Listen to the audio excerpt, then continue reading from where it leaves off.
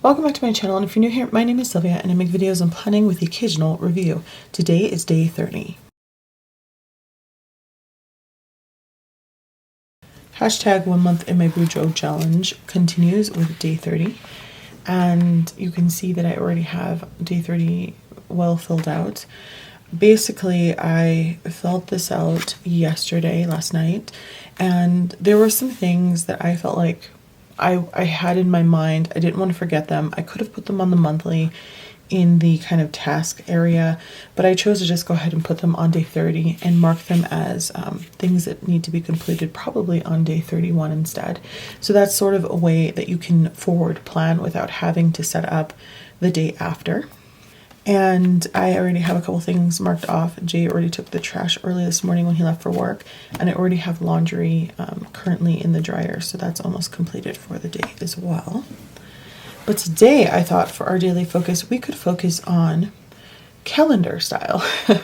Since I've been pretty interested in that, I think it's interesting to a lot of people that are new to bullet journaling and might have come from a square calendar, and then you're going to a bullet journal style calendar, which is more of a line per day. You can certainly in a bullet journal choose to draw out a square calendar or do this one. It's whatever works best for you, but I thought I would talk about the differences between the two.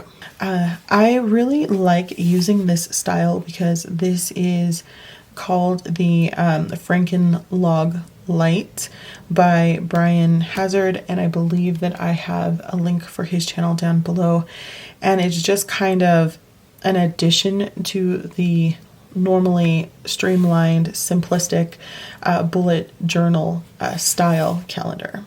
This is where you combine tasks along with your calendar, and it's just a really cool system that I've been enjoying throughout this month and actually the month before when I first tried it.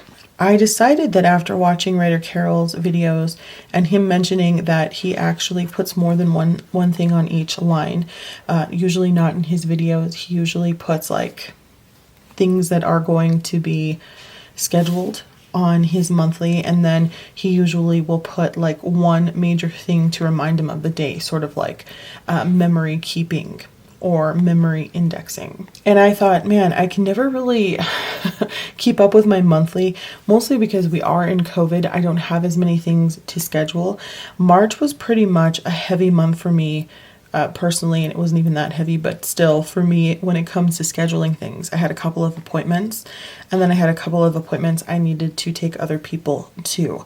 So even with that, there were a lot of gaps, which can make someone feel like they really haven't done all that much.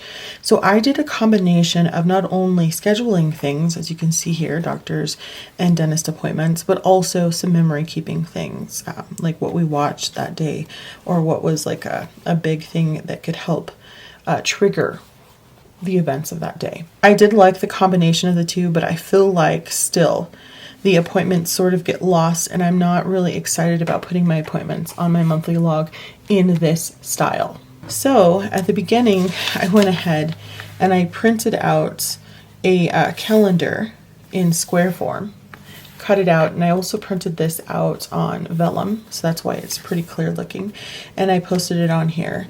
I also used a Micron PN pen because vellum is not going to love every pen that you put on here, but this worked really well on here, so I chose to use that.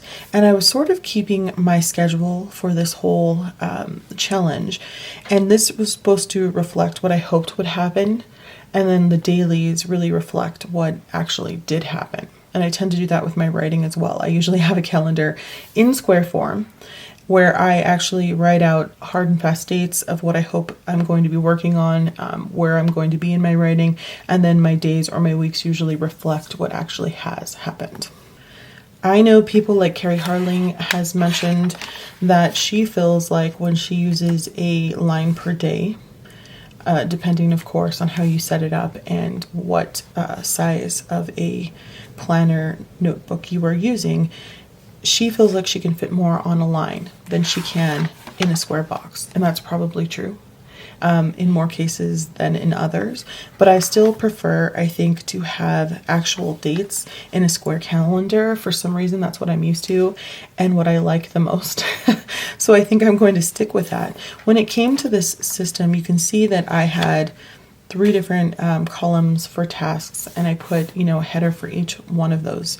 But I didn't really have a space here for actual goals that I wanted to accomplish for that month. Now, I certainly could have just put them as a task, but I kind of just wanted an overall goal of what I hope to do that month. And so I ended up putting that up here at the top.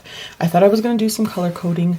That didn't happen. I decided to go with a weekly, which isn't part of the original Writer Carol system, but when you're doing a bullet journal, you can take what you like and leave what you don't. And so this is how a more developed weekly, what was I calling this, chart, looks for me.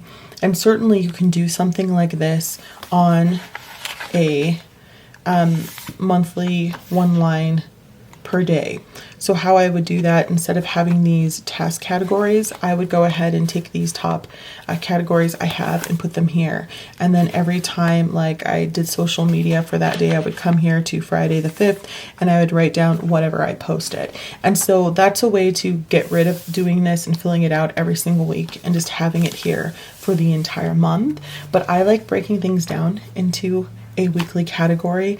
I also like having these square boxes for these categories. I don't know why. It works best for me.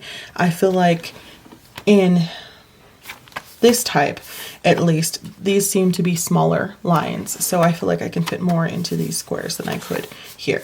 But that's personally me. You could go ahead and nix this and of course move it over to the side and then have plenty of space for a 1 line a day.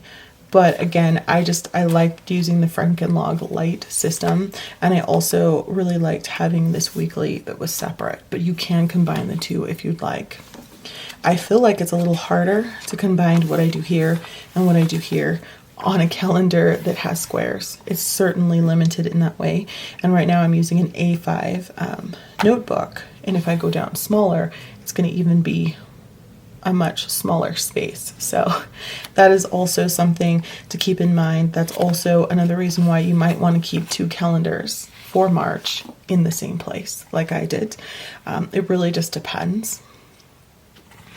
Overall, I'd have to say, even if I didn't do this weekly chart, I really like keeping my scheduled things, hard dates for writing. Like if I wanted to get, certain chapters done every single Sunday, be working on those chapters for the week.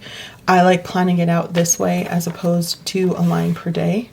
That is just me. I prefer to keep memory keeping on the line per day as opposed to the square. I wouldn't even imagine putting in like a memory for each day on these. I don't know, that just doesn't work for me. For some reason, this line per day works best. So I think it can be preference for some people. I know there's some people that are dead set against this because they don't want to draw it out. And I'm here to tell you that you can totally print it out.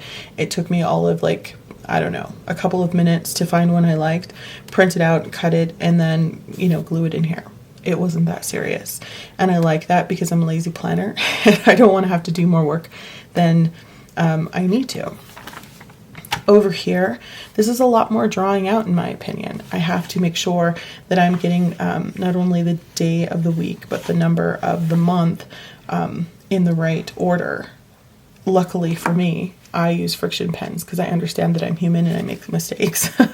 Whiteout is certainly something you can use, but I don't know. It just seems like it's more work to fill all of this out than this. But I get different results with this than I do with this. Does that make sense? I hope it does. Let me know down below which one you prefer. I like the combination of the two. I certainly like going ahead and putting doctor's appointments here and memory keeping, and then having one separate just for like writing or really hard dates for goals. I don't see goal setting on here. It doesn't work well for me at all. I have tried to put certain goals over here. As you can see, there's a bunch here of things I wanted to do, videos and stuff. Again, because I hurt my wrist this month, a lot of this stuff just didn't happen. I spent a good 2.5, almost 3 weeks of this month just trying to heal from my wrist. So, you know, I wrote them here anyway to see if it would happen and to keep in mind that if they don't, it's something I'd like to push into April. But I mean, yeah, I just don't know how to goal set this way. It doesn't work for me. This works really well for tasks. Like, I couldn't imagine trying to put a task per day on a calendar like this. That doesn't work for me at all. If you've watched any of Brian's videos where he talks about the Frankenlog, again, this is Frankenlog Lite, but he does have the regular Frankenlog where he tried to keep these tasks like this in a square type of calendar that he drew out. And he liked this more because it seemed like it was less drawing, less work, more simplified. And that's kind of the goal, to be a minimalist with his bullet journaling. So you certainly could keep these in here. There's enough space up here that you could just write them out, like A through whatever. You're obviously not going to fit as much. And then you could have another spread just full of this if you wanted to. I sort of like having it all in one place where I can see it in one spread, but you do you. But I learned a lot about myself. Some things I already knew, and there were some things I wasn't really definite on that I'm definite on now. Like the fact that I enjoy the combination of the two. So there is that. All right. So when it comes to calendar style, again, let me know which one you prefer. Do you like the combination of the two?